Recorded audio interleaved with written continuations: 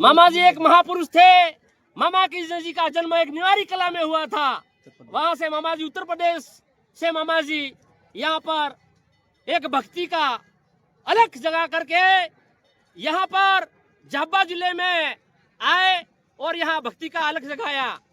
झाबुआ, रतलाम, इंदौर, गुजरात, राजस्थान, मध्य प्रदेश चारे खंड में मामा जी का डंका बजाया और मामा जी ने एक अलग जगाई और भक्ति का दल खड़ा किया।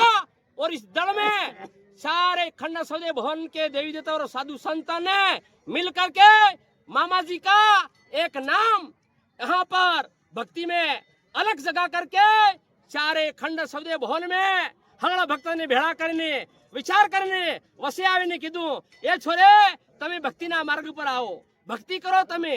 આ યુગમાં जहाँ गुलामगिरी करावता था, अंग्रेजों राज चालतो तो और राज थकी मामाजी ने गुलामगिरी को हटाया, भट्टाचारी को खत्म किया और भिला ने घेरे बनाया। छोरा ने भेला ने बनाया नहीं एक बामण्या धाम आश्रम बन्यो और आश्रम में मामाजी ने अंदर में अनन भिला ने बनाया।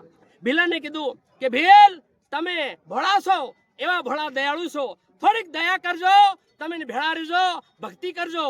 हमारे हगड़ा ने भक्त भजने आ मामाजीनी संत साधुनी भक्तिना जोत जगाड़ीने एना मेळामां मळ्या आना नामनी अमे उजवणी करी रह्या छे। बामण्या धाममां मामाजीना धाममां मामाजी एक संतनी भक्ति अलग जगाड़ीने एक आत्माना जोत जगाड़ीने जीवजीनो हिसाब कर्यो। एना हिसाबनी माथे हंगळा भेळा थाने अमे आज उजवणी करीए छे बामण्या धाममां। भले मामाजी की जय, भले मामाजी की जय, भले मामाजी की जय।